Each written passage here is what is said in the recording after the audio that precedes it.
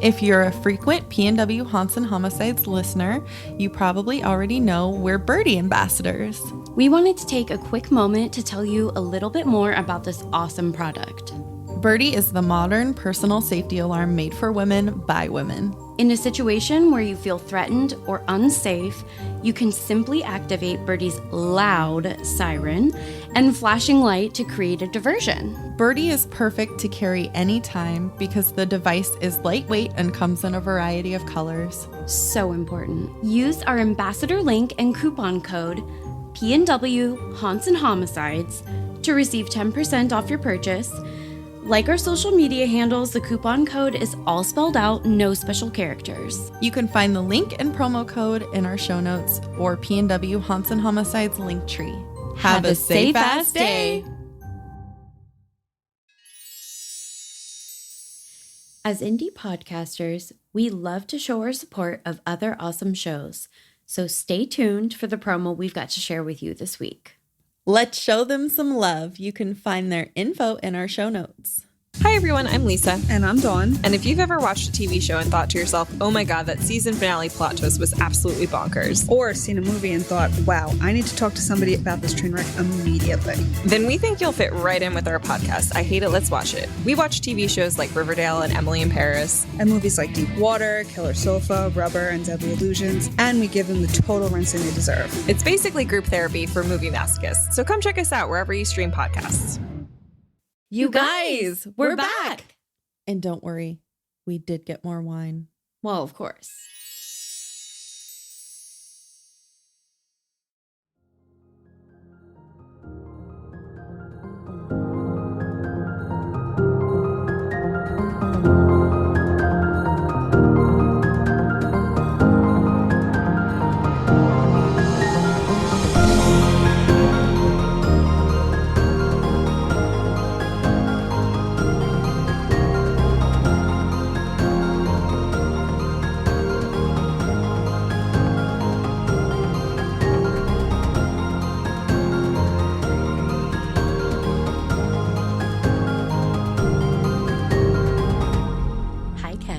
Hi, Caitlin.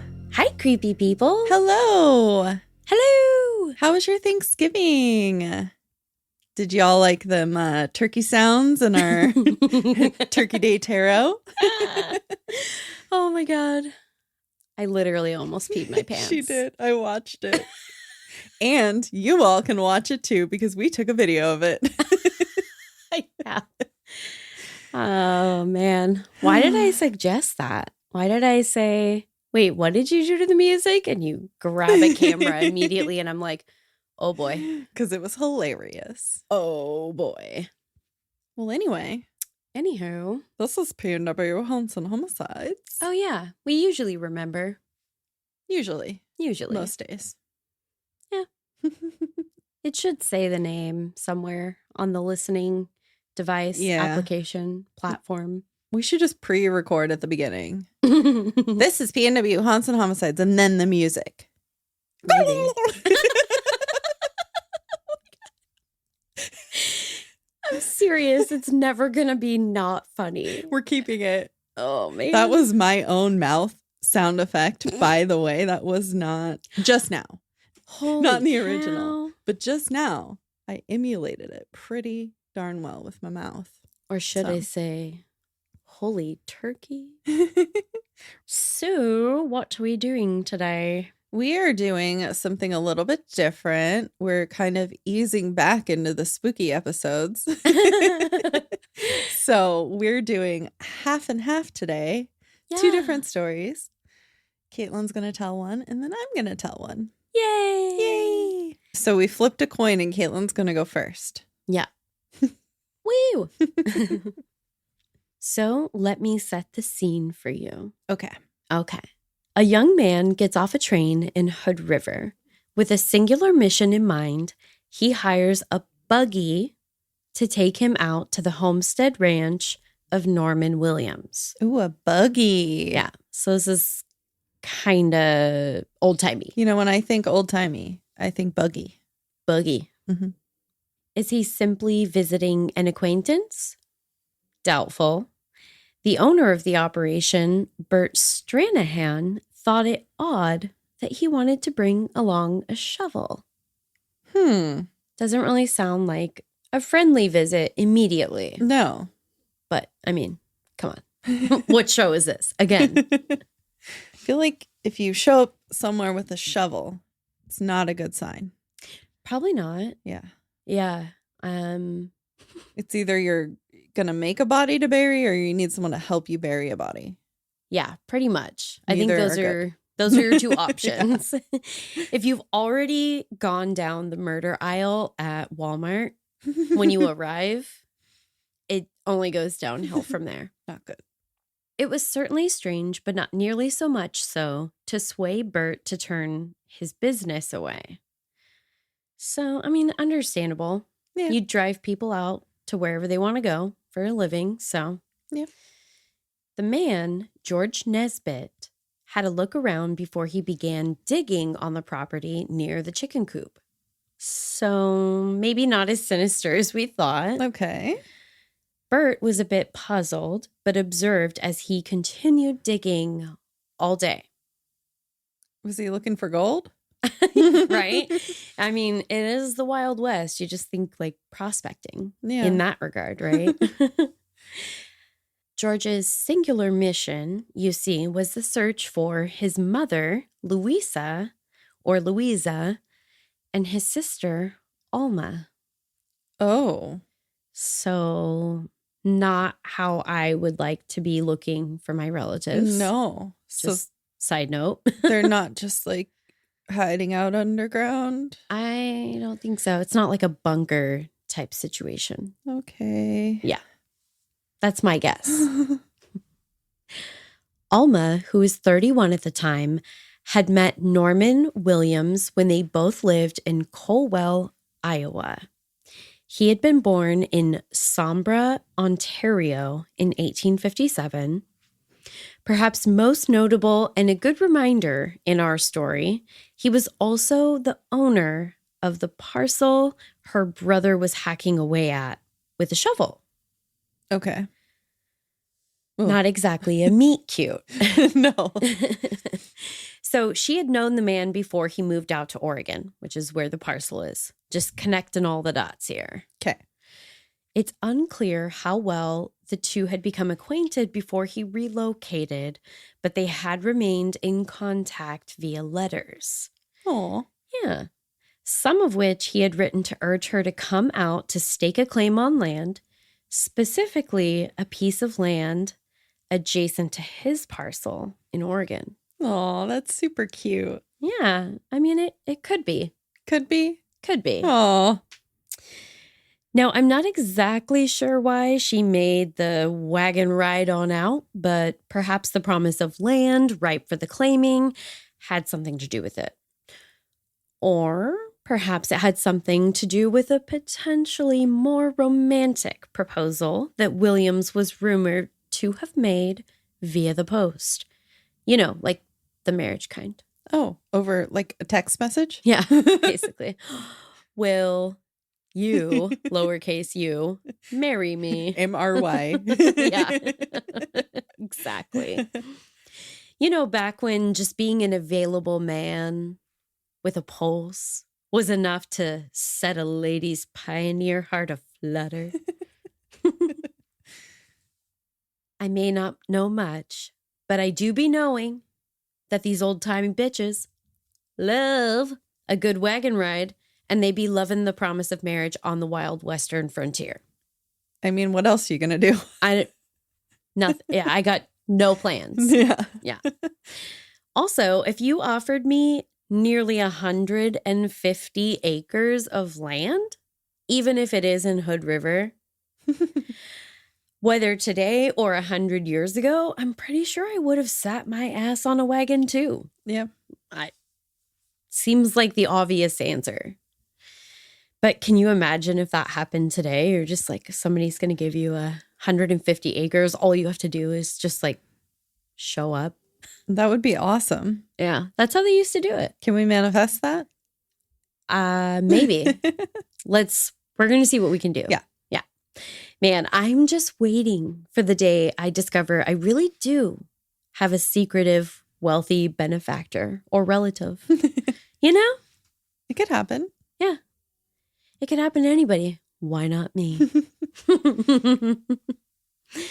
Well, regardless of the motivation, Alma made the trip in 1899. Her 68-year-old mother, Louisa, came out eventually as well. And then the letters that they were writing home stopped sometime later. Uh-oh. Yeah. But why? Also, I have a question. Did you say 68? Yeah. Isn't that old for like 1899 or whatever you said? I feel like if you asked a 68-year-old today to take a wagon ride, they'd be like, no, I'm good. Yeah. Yeah. I know. That's it's crazy, right? Yeah. Huh.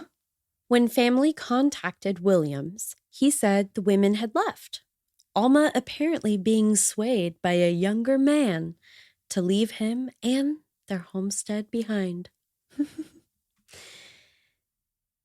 The family continued writing to Williams, who became increasingly uncommunicative, in a word.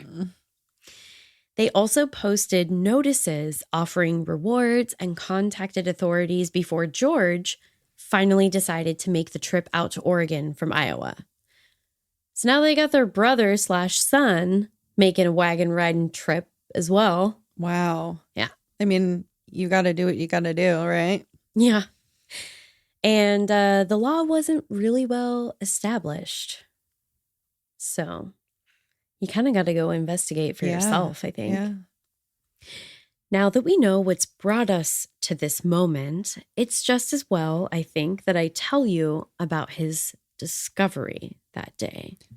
Was it chicken eggs? No. Yeah, I think the chicken coop was long abandoned. Well, okay. Yeah. I just was hoping. Shot in the dark, right? At the bottom of the hole, he finally found something. It was a piece of burlap that had lain hidden all the time that he and his family had held out hope for the two missing women. The burlap was stained with blood. Also present were several long silver hairs. Oh, no. Eek. For him, this seemed to seal the fate of his female relatives, because, duh. Yeah. Not what he was hoping for, I'm sure, but it seemed like he had a pretty good idea of what he was going to find when he went out that way. But I mean, what if it was just the mom? She was old. Yeah. If you just find bloody burlap and a few stray silver hairs, I don't think that explains the situation. Maybe. And why did they stop writing? I don't know. I'm just trying so hard. No. He didn't waste time playing detective any longer following this discovery. He made his way to report the findings to authorities at the Wasco County Courthouse, hopeful that they might be moved to act based on his suspicions. Do you think they were? I'm about to tell you. Do you creepy people think that they were? At the county courthouse in the Dalles, he swore out a warrant, which sounds kind of similar to the modern equivalent of filing a police report. Okay. From what I gather. Remember, this is around the turn of the century, and Oregon had not yet been a state for even 50 years. Oh. Yeah. She's young. Yeah. We were just a babe. And as we talked about in the Man on the Train case series, the infrastructure of law enforcement within the state was weak at best. Mm-hmm. Sure. The Wasco County Deputy District Attorney, Fred Wilson, having been assigned the case, tracked Williams down, who had apparently since moved on to Bellingham, Washington. Oh. Yeah. It's like he just was hanging out somewhere different now. Okay. Didn't he have land, though, apparently? Yeah, but Okay. I don't know. I wouldn't probably worry about it. Weird. Yeah. People have lots of good reasons for just leaving town and abandoning their, claimed land. Yeah. Perfectly reasonable thing to do. He was then transported back to Hood River to answer for his crimes. While held in jail prior to his trial, the man made no attempt to scrounge up the money necessary for bail. In fact, he seemed quite unfazed by his imprisonment and utterly unconcerned that the outcome would be in his favor. Yeah. He was reported as stating of his pending fate, "Oh, it'll come out all right." Oh, wow. Oh, boy. To have the miscalculated overconfidence of a mediocre white man. Am I right? Right. Just, it's gonna be fine. It sounds a little like someone else we don't talk about around here. He who Right? shall not be named.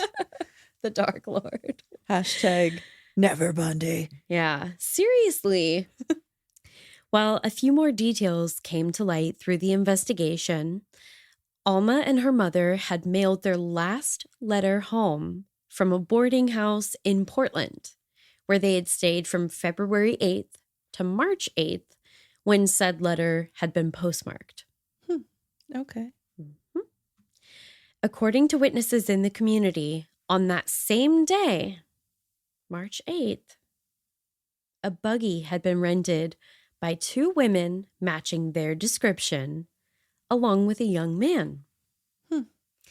If this were in fact Alma and Louisa, it's presumably the last time that anyone in the area saw them alive. Williams was reportedly the man that returned the horses and buggy. Oh. Solo. Oh. Uh-oh. A little suspicious. Yes. Yes, to say the least. Following a suspicion that he couldn't quite shake, Wilson, this is the guy investigating, perused the public records in the nearby state of Washington. While I don't know if it holds true today, Washington state at the time had much looser requirements than Oregon around marriage, apparently. Oh, okay. Uh-huh. It wasn't uncommon for young couples to make the journey up to our northern neighboring state to elope. Oh, we've heard that before in one of my stories. Oh, okay. I was like, have I heard this before? Yeah. I Okay. cannot remember which one, but. Yeah, me either. Oh, was it the witch's castle where the daughter wanted to marry? I think you're Yeah. right. Okay. And we were like, why would to they that? run away to Vancouver, Washington? We were like, were they going to Canada? Yeah. So now we know, guys. Yeah, and they went to Vancouver. Nice. Oh my gosh, that's so funny. I was like, I feel like I've heard this before. Wild. I can't believe I remembered something. Color me shocked. Same. Norman and Alma had in fact married on July 25th of 1899 in Vancouver, just 6 months prior to her disappearance. This is in spite of the fact that he was married to a woman from Duffer, which who knows how to pronounce that, even if you're from Oregon. Like, if you're from Duffer, is that how you say it? I'd like to know. Yeah, please. We're going to email us. It's a question. It's a poll. We need some answers. So that was suspicious in and of itself, obviously. But their wedding day had only taken place just the year prior. So he's just marrying people left and right. Who does he think he is? That one guy you just talked about that I can't remember his name?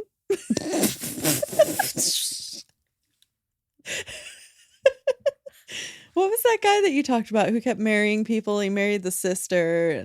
And Rolf. yeah, Rolf. Rolf. Who does he think he is? Rolf? Oh my gosh. That's hilarious. I was like, I immediately flashed to not one of the like victim profiles, but I was like, which one of the serial killers just like kept marrying people? I can't think of anyone. Good old Rolf. Ah, good old Rolf. That wasn't the only secret he'd been hiding. Williams had entered into the holiest of matrimony a whopping 6 times. Oh. It's like he's hiding several secret wives and or ex-wives. Did he also marry the 68-year-old mother? Not to my knowledge. 2 of his previous wives had, however, died of poisoning. Oh, shit. Yeah. And he also served 3 years in the state penitentiary in Nebraska for violently assaulting one of his previous sister-in-law, an attack that she narrowly survived. Oh, my God. Mm-hmm.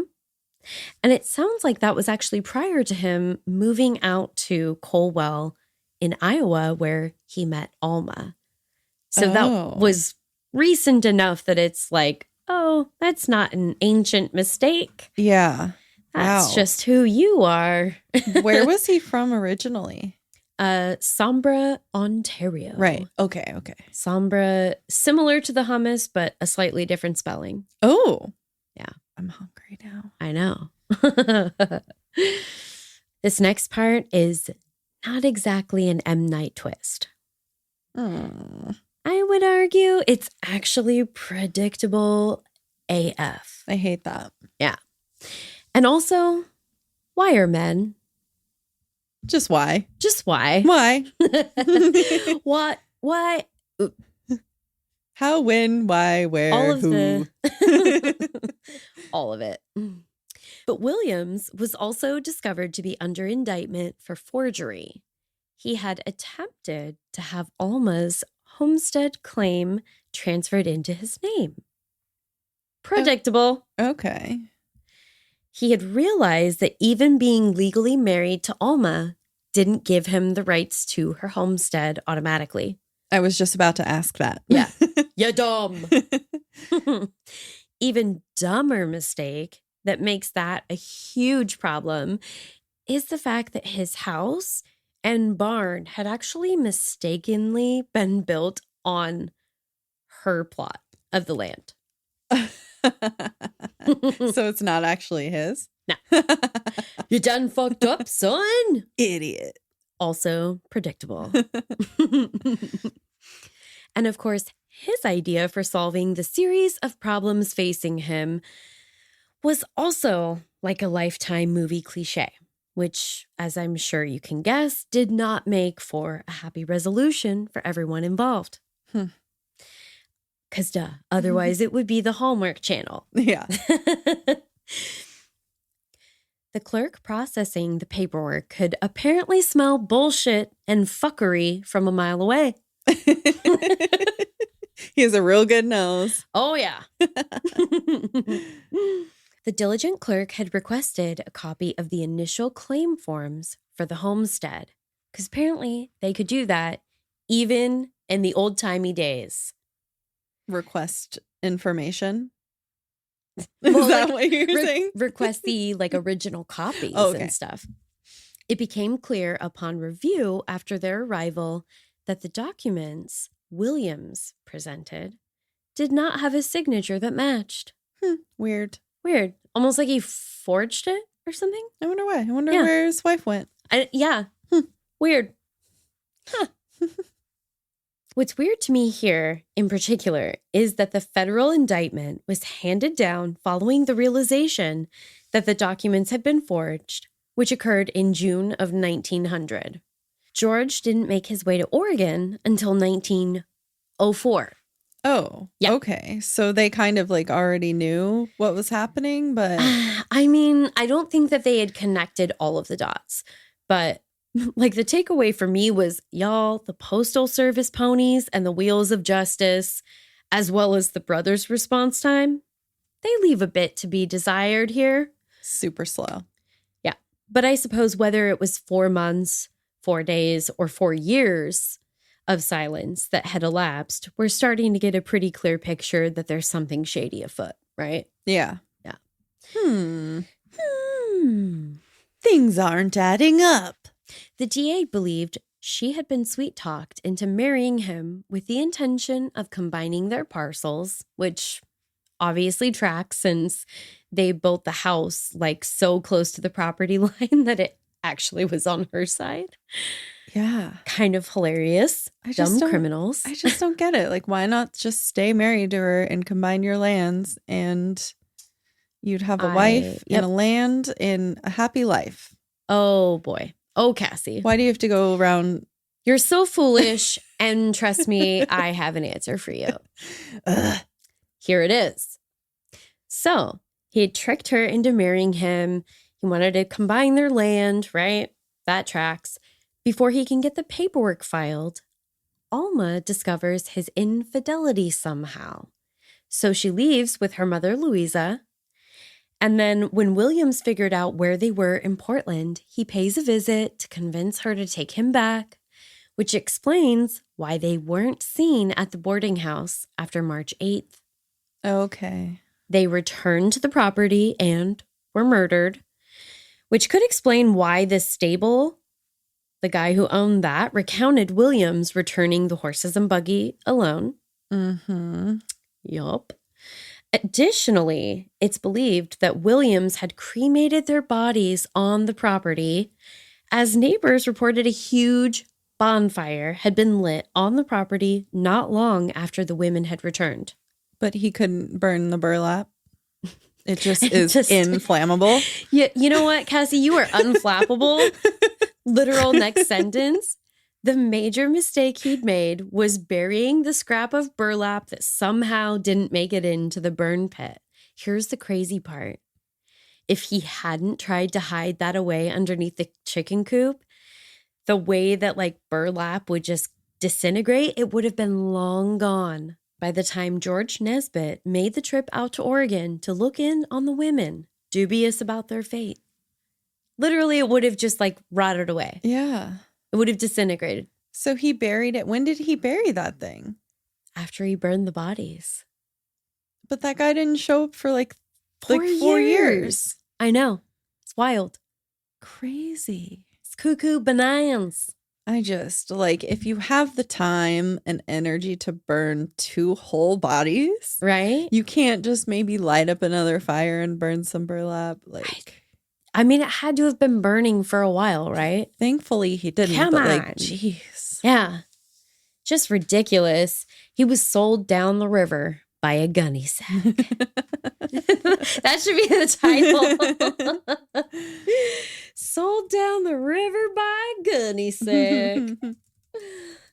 I just kept saying burlap because that's like the material. And I was like, I don't know if anybody will know what a gunnysack is. I would have 100% I don't even remember. asked you what it was. I don't even remember what it is.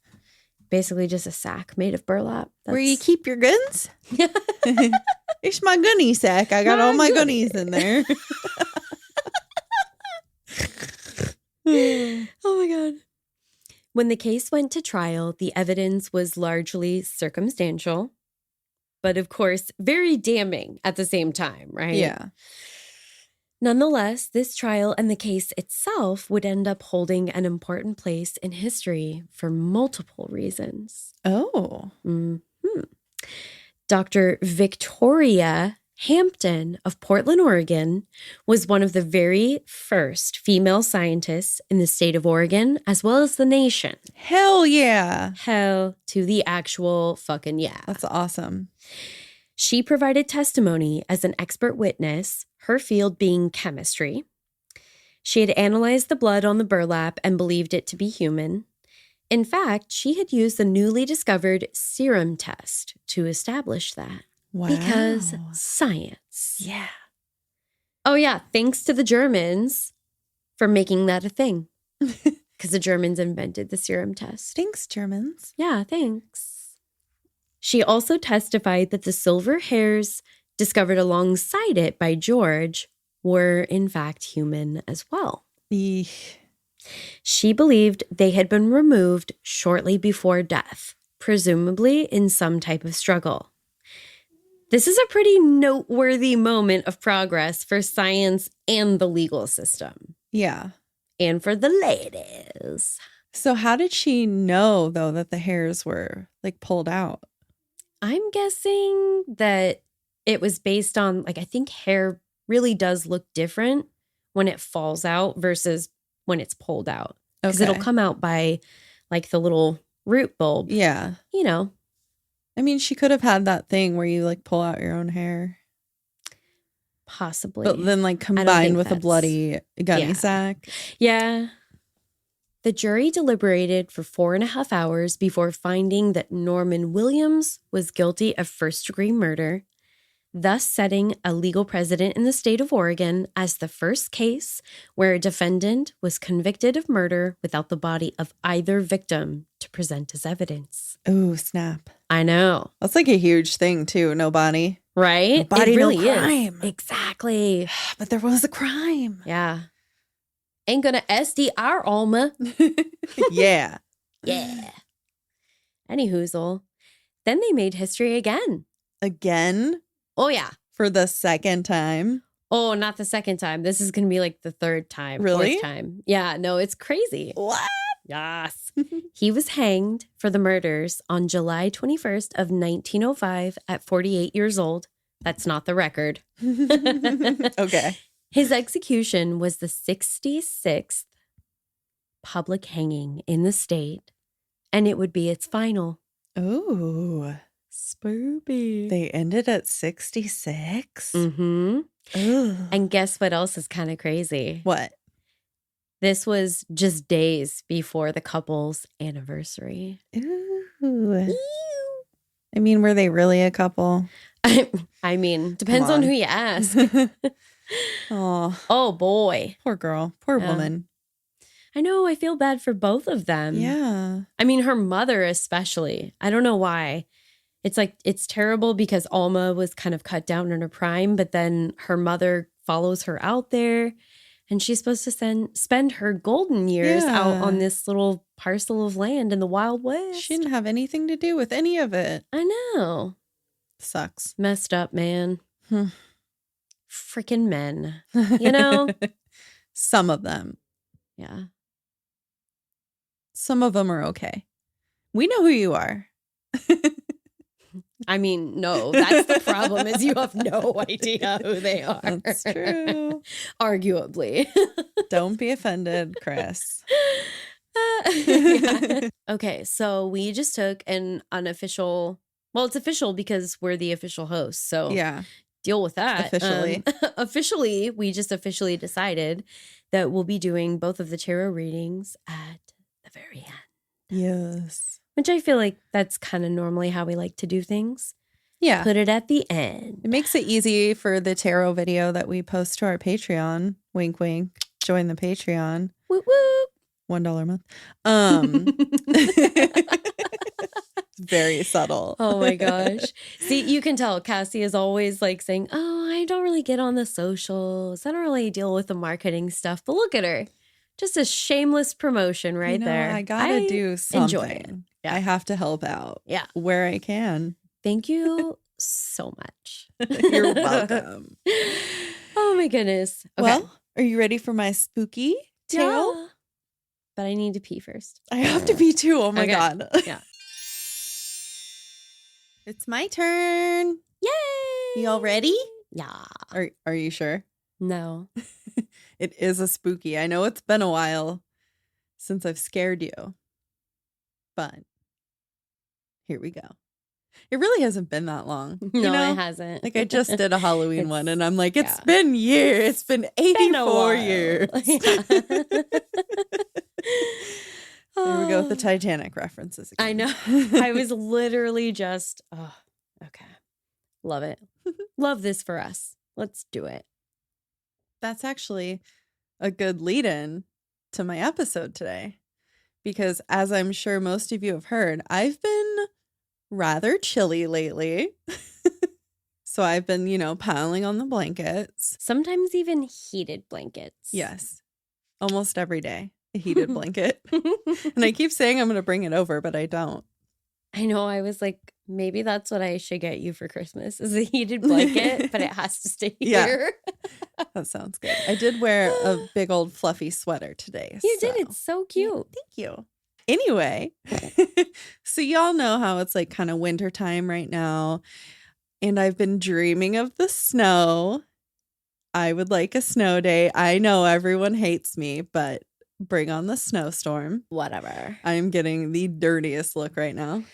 I don't like driving in it. Exactly. That's why you want it to storm. That way you don't have to go anywhere. Yeah. It's too bad to drive and you can just call out from work. I guess. For safety. Safety.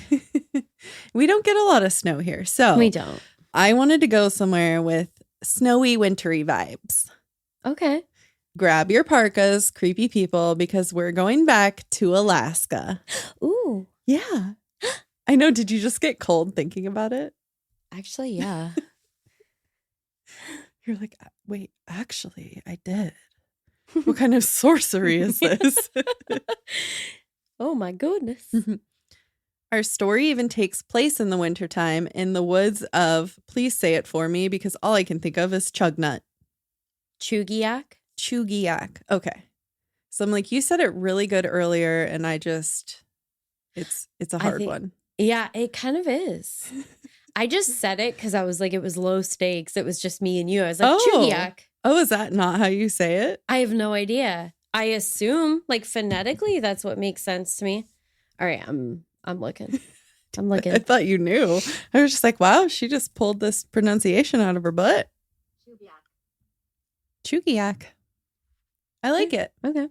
So we're in the woods of Chugiak, and Chugiak is an unincorporated community in Anchorage. It would be. Everything's an unincorporated community that we talk about. I feel like, yeah. Is that a sign or? It doesn't. Well, actually, yes, I think. Oh. Even today in modern times, things that go wrong in unincorporated areas, there's a really good reason why things go real wrong. Oh, no. Yeah, because they usually don't have very many, whether it's, EMS or police officers. Like the response time makes is sense. way longer than what you think. Oh, I listened to an episode of a dispatch based podcast recently. Music City 911 a little bit here and there. I kind of go through periods of binging, and then after I get to a really gnarly one, I'm like, that's enough of that for a minute. So yeah, that's a lot to listen to in your leisure time. Yeah. The unincorporated community of Chugiak is about 20 miles northeast of Anchorage. Okay. At some point in time, date unknown, a family of approximately 4 were either living in or staying in a cabin in the woods. Ooh, a cabin in the woods. That just got creepier. I'm really uncomfortable with not having more information. That's all the information I got for you. The very P&W lumberjack of the house needed to go out and chop more wood to keep the fire going for his family. Well, sure. As one does. Yeah. I mean, some of us just go to Costco and buy a case of Duralogs, potato. I mean, so this clearly wasn't recent. Yeah. Yeah. I don't know if it's as old-timey as the story that we already told, or maybe a little bit more recent, but that makes it like so much spookier to me. I don't know why. But I guess people still do go out and chop their own wood, right? I would think you'd have to. Lumberjacks. In a place. Email us. Yeah. Lumberjacks, I'm going to give you Cassie's email because I don't need that kind of energy in my inbox. Yeah. No, thank you. Being the most adorable daddy, he decided to take one of his daughters with him on the outing. Whether he wanted to show his offspring how to be a lumberjill or just helping out his wifey by not leaving her alone with 2 children in the woods, I cannot say. But either way, go daddy-o. Okay. I feel like you're really trying to ruin my father-daughter thing, our bond, as it relates to Alaska, and I'm not here for it. I'm really not on purpose. Okay. Did you ever go wood chopping with your daddy? No. Okay. Stop saying fine. daddy also. I really just love to say daddy. She really does. Okay. I feel like you got on me for that was it the leather daddy one or? I don't think so. Because that one, it was like supposed to, like that was like the bit. It was one other one where you're like, stop saying daddy.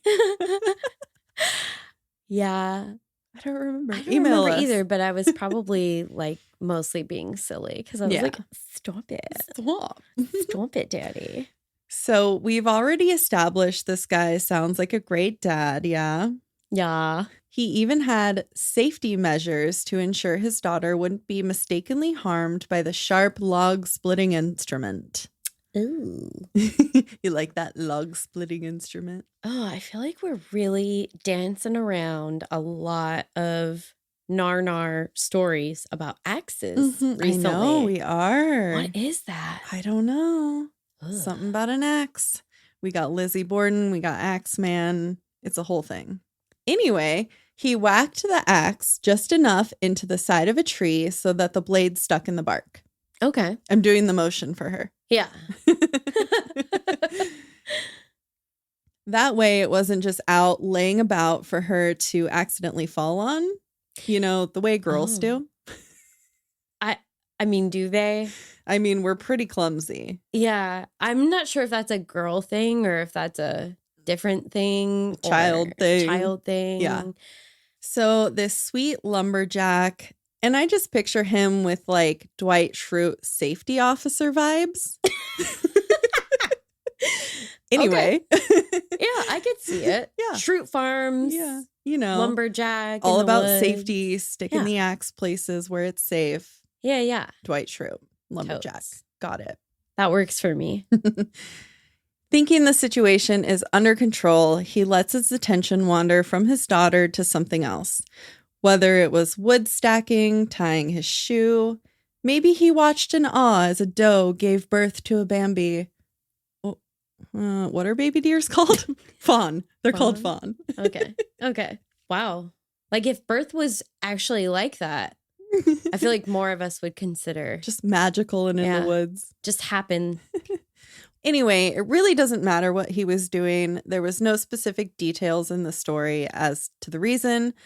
However, it was long enough for the little girl to get into some mischief. No. As children do. In the woods, in the winter, and there's an axe. Yeah.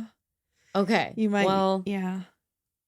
Great. Okay. So anyway, moving on. The girl presumably wanted to help out and show her father that she was a badass little bitch and could chop some wood all by herself. Yeah, don't do that. You can't. False. It's adorable. It's an adorable thought. Well, she tried to grab the axe by herself and it was either heavier than she'd expected or she just couldn't get the right grip with her little wintry gloved hands. I assume she had winter gloves on. Who knows? But the axe did fall on her poor little head, instantly killing her. I know. It's really sad because obviously I wanted to emphasize. I wanted to emphasize. I wanted to. We can't today. I wanted to really emphasize that he was a good dad and tried to take safety measures and take care of his little girl. So I didn't want anyone to think he was being neglectful or anything bad. Well, yeah, I mean, that makes sense. Yeah. Except I feel like, I don't know, parents out there, like, is this what you consider like safety? Like, I don't know. Like maybe have a safety cover to go over the axe blade. Yeah, I don't know what that would be. I have no idea. I think even just the weight of an axe. That's true. Could like crack a little kid's skull. Like, and there wasn't really any details about that. I don't know if the blade fell into her head or if it was just that it fell on her head and it was heavy. There's not a lot of detail in this story. Let's stop talking about that. Yeah, okay. Agreed. So, when her father realized what happened, knowing that there was nothing he could do to save her, he just held her until the freezing Alaskan winter conditions took his life as well. What? Yeah. You still have a wife and another child back at the cabin. I don't know if he was just too distraught or if it was shock. I mean, he could have just been in shock. I guess. Or he didn't want to leave her. Well, He could have she's tiny. carried her. Carry her. Yeah. I don't know the reason. I hate this. The story is very, very sad. It is said that there is a road called Badarka Road that runs through the woods. And if you reach a spot about halfway down this road at 3:30 a.m., you might hear the cries of an inconsolable father. Or even see his apparition cradling his daughter's small, lifeless form. I'm sorry. It doesn't say exactly why 3:30 is the time to experience this, but I'm going to take a wild guess and say maybe it's around the time the father passed away from the elements. Oh my God. Or it's because it's like literally the time that I always wake up in the middle of the night. It's fine. It's fine. I've never been there. It's totally unrelated. What if you were the little girl in a past life? Well, I don't think I've ever been to Chugiak. In a past life, meaning you wouldn't technically remember it in this life. People remember their past lives, don't they? Very Not often. always. Not very often. All right. Yeah. Ooh, creepy. I have to go. We just got even creepier. Yeah, I have to go. Well, I'm not quite done yet. Oh, okay. Well, I'm just going to tell you a little bit of the information that I know about this place, which is not much. So excellent. The location of this road is not very clear. It doesn't seem to be an official road. So it's not labeled on a map or anything. You can't just go and Google Maps it. Oh. Very uncomfortable. This also sounds extremely urban legendy to me. I'm sure you can agree. I didn't find any death records for these people or anything along those lines, which honestly, you don't have names, so that would be pretty hard, right? Yeah, there's no names in any of the stories, and it could be before a time where record keeping was really very standard, especially, I don't know if they lived in the woods. Yeah. They might just be, they're off the grid. Off the grid. That's what I was thinking. Thank you. Okay. Yeah. So I have to go because I had unrelated matter, but I just have to look for some death records in a tiny Alaskan weird place. So, and she has to do some past life regression therapy. So we're gonna do the tarot real quick so she can get out of here. Should I go first? Yeah. Okay. Or are you shuffling all by yourself like a big girl? I'm gonna try. Nope. She sort of did it. Oh, the Empress. Okay, I have another one that I was kind of torn, so I'm going to read this one. I'll just see. And it's the Empress in reverse? It is. Oh, yeah. Here, let me. Which we've had before, I think. Maybe. I'm sure we have. We've definitely had the Emperor. I think so, yeah. Ooh, it's kind of, there's a big heart on it, and in reverse, the heart's upside down. Oh. So we all know what that means. Yikes. Okay.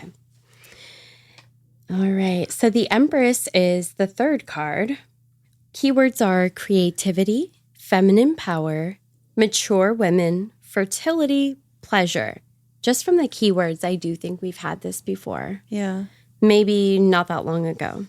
The Empress symbolizes feminine power in the material world, in contrast to the High Priestess, who represents feminine spiritual power in the material world. Their ghosts led the brother to find material evidence. Oh, Gunnysack. It's a card of beauty and creativity.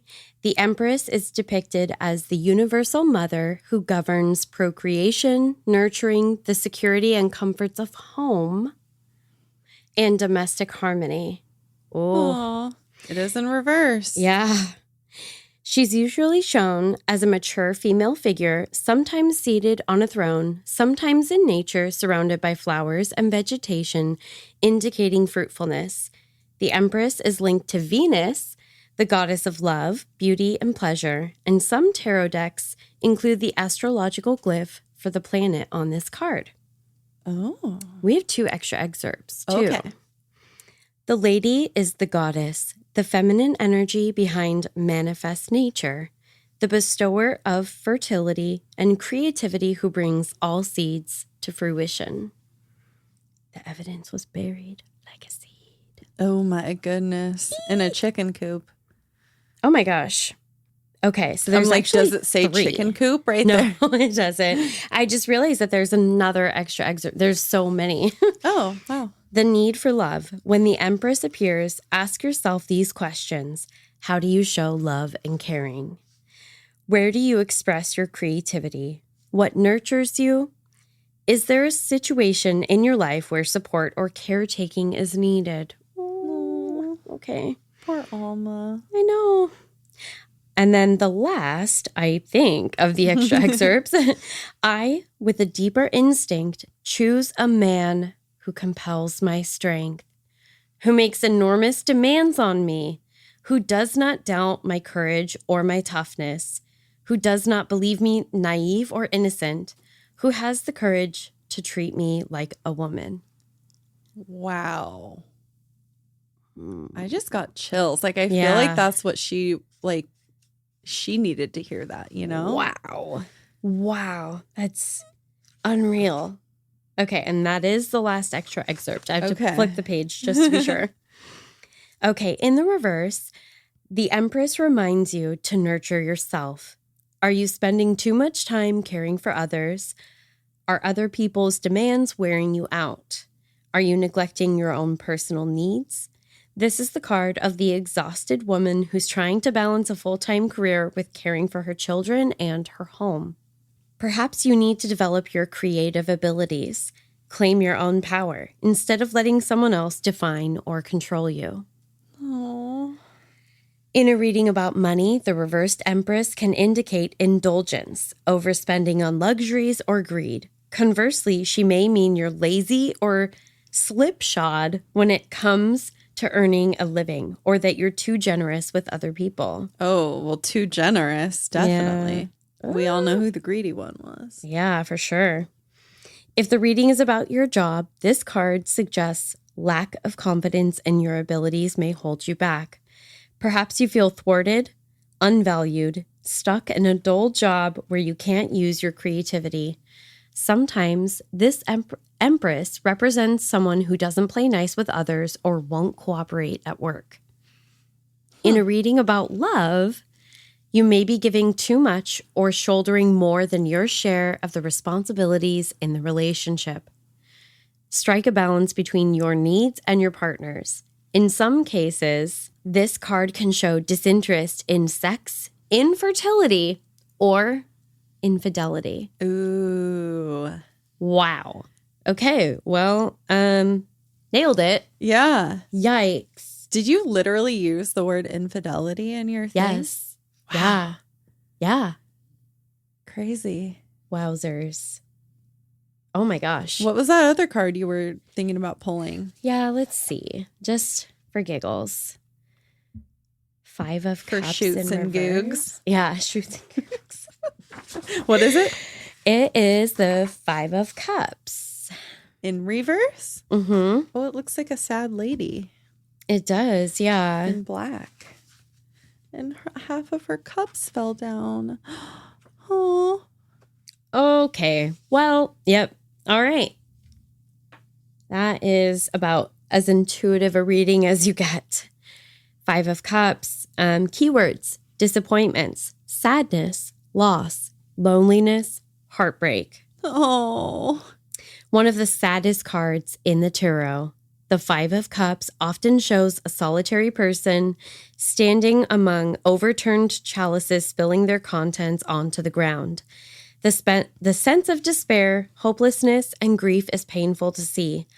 Although 5 is the number of change and movement, this card suggests an inability to rise above a sadness, loss, or disappointment and move on. Oh. Maybe because you're dead. And that could be was it the brother too? Could be. Yeah, it was the brother that went looking for them. Oh. Oh my goodness. Okay. The 5 of Cups reversed is less painful than the upright 5. And I was so torn between, when I grabbed it, I kind of was like, do I flip it or do I just, that's weird. Okay. It suggests you're not yet certain how to handle a disappointment or loss, but you're starting to move away from the hurt and make a new life for yourself. A card of healing. It represents acknowledging the struggles that make us stronger. So I think this is the brother. Yeah. Like, without a doubt. Because at least he knows, right? He knows what happened. Mm-hmm. Oh, man. And they definitely got justice. I mean. Yeah. So this is the part that just jumps out to me, and then I'll have you do the tarot reading for our second case because I don't want to run out of time. I feel like it's okay. We might get something real good on that. Maybe. Ooh. Just because you've undergone a setback doesn't mean you won't gain in the future. Things didn't pan out the way you'd hoped, but bemoaning the situation is a waste of energy. What you've learned from this experience can help you in the future. This is interesting. It's just basically about letting go of anger and sadness when it comes to your disappointment. Wow. You're starting to move away from the hurt and make a new life for yourself. It's a card of healing. That's what he had to do. Yeah. You're doing your best to recover. I mean, at least, and the other part that really sticks out is when one door closes, another opens. And it's like, he figured out that obviously this wasn't the outcome that he was looking for, but at least he was able to get justice. Yeah. I wonder what happened to him after, if he got married and had a family. And yeah, I don't know. That might be interesting to look at. I like to imagine he named his children after his mother and his sister. Aw. That'd be very sweet. That would be very sweet. Let's just say that happened. I think so. Yeah. Yeah. Okay. That's the one. My turn. Yes. So I got a new deck at a place in Hillsborough, right? Called Through the Veil. It's a really nice, pretty, fancy witchy shop. I really want to go. It's really cute. I took a bunch of videos. I'll show you guys. So when I was there, I see this little box just up on a top shelf, and it says the official tarot deck based on the hit series, and it was just up there. I was like, I was like, what's cute. that? I wonder what it is. I have to grab it and see what it is. It's Supernatural. Oh my gosh. I know, one of my favorite shows ever. No, I have not watched the new one yet. Don't ask me. I will. I'll get there. But yeah, so I had to buy it, obviously. Yeah. It was a gift to myself. Excellent. I also took a video of me cleansing the deck. Oh, cool. Yeah. Okay. I got the 7 of Cups upright. Oh, interesting. Okay. And I think they're called goblets or something. In Goblets. So upright. Okay. 7 of Cups, our keywords are possibilities, potential, imagination, fantasy. Okay. The 7 of Cups shows 7 chalices holding a variety of objects, some pleasant, some frightening. Oh. Which are being offered to the person who receives this card. When the 7 of Cups appears, it represents a time of contemplating options, weighing possibilities, and entertaining fantasies about your future. Huh. Well, you keep saying fantasies, and we talked about it being an urban legend. Yeah. Yeah. That's interesting. The upright 7 suggests many choices and paths are available to you now, but you may have trouble deciding among them. Nothing is certain. Let your intuition as well as your intellect guide you. In a reading about money, financial issues are colored by idealism. You have lots of ideas for making money, some inspired, some pure fantasy. Are they wood chopping? Nothing but wood chopping here. Be careful with money and investments now. You're probably not seeing things clearly. If the reading is about your job, you seek a creative occupation and you may be considering various options. However, you may not be realistic about your abilities or the possibilities open to you. Examine your choices carefully, especially if something seems too good to be true. That is the X. Yeah. You think you're setting Being that safe. up and Yeah. Nope. It wasn't safe. Okay. You opened the wrong cup. In a reading about love, you feel romantic and may enjoy a highly emotional relationship with a person who inspires you. If you're not in a relationship, the 7 suggests you're contemplating what you really want, maybe indulging your fantasies. Okay. Well, interesting. That just makes it more heartbreaking if that was the wife that was left behind, if that was their relationship. Yeah, I don't know. That's strange. There's an extra excerpt. Okay. In the shamanic realm, this is about dispelling illusions to see the reality within, and about facing the worldly temptations that cause the downfall of so many gurus and leaders. Like folly, and just arrogance, just being overconfident. Yeah. Right? Definitely a little overconfident. I don't know. That's what I read. You got to keep your eye on those kids, man. Yeah. Oof. Okay. Things can change. And do you have anything from the new accompanying book that you I'll just read it, but I'm pretty sure it just says what you said. Kind of the same. Yeah. The 7 of Goblets advises you to keep a grounded perspective. Grounded. Don't put the axe up high. Oh, geez. Keep a grounded perspective when faced with multiple opportunities or choices. Grand visions and goals are great, but be careful not to get so caught up in dreams and fantasies that you end up getting yourself into trouble. Now is the time to focus on one thing. Choose wisely. Holy fucking shit. Whoa. Oh, wow. Because I definitely talked about his attention wandered to something we don't know. Oh, my God. But it wasn't on the right thing. Wow. Yeah, that was crazy. Choose wisely. Yeah. Watch your kids. Words to live by. Watch your children. Oh, my goodness. Well, that was pretty good. Yeah, I think Do you guys so. like my new deck? I like it. Yeah. That was great. Yeah, without the extra interpretation, I felt like I was still I needed something more. Yeah, we needed that. Yeah. Oh my gosh. Ooh, everything is meant to be. Yeah. Well, you ready? Yeah. Have a creepy ass day. See you next Tuesday. Don't leave your axes in trees. Yeah. Just laying about and don't all over, hanging out and about. Don't murder people for land and money. That's just rude. Yeah. So for all of you that are listening, if you have any true crime or paranormal stories that you want us to share, maybe with the whole Pacific Northwest. Yes, we would love to read them on the pod. Yes, we will read them out loud. Not just in our heads. Yes. They don't have to be from the Pacific Northwest if you would like to share. Email us at pnwhauntsandhomicides@gmail.com. It's all spelled out, no special characters. Super duper easy peasy. Follow us on Instagram and Facebook. Same thing as the email at pnwhauntsandhomicides, all spelled out, no special characters. Please also rate and review us on whatever platform you're listening to, and check out our stories on social media because our meme game is hot.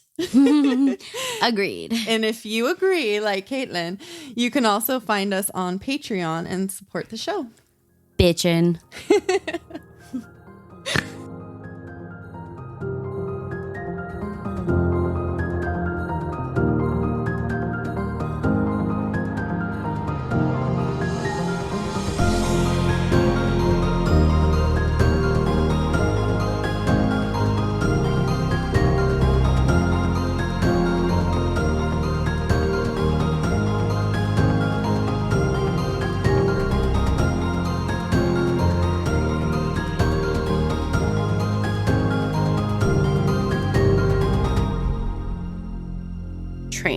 Seriously, trains. Trains. It's always trains.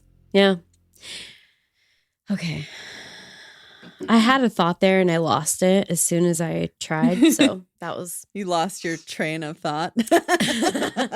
Oh my God. We're just going to read straight from the nose today. I don't think I'm going to try to ad lib. That's probably a good idea. It never goes well for either of us. Yeah. Some days, this isn't that day.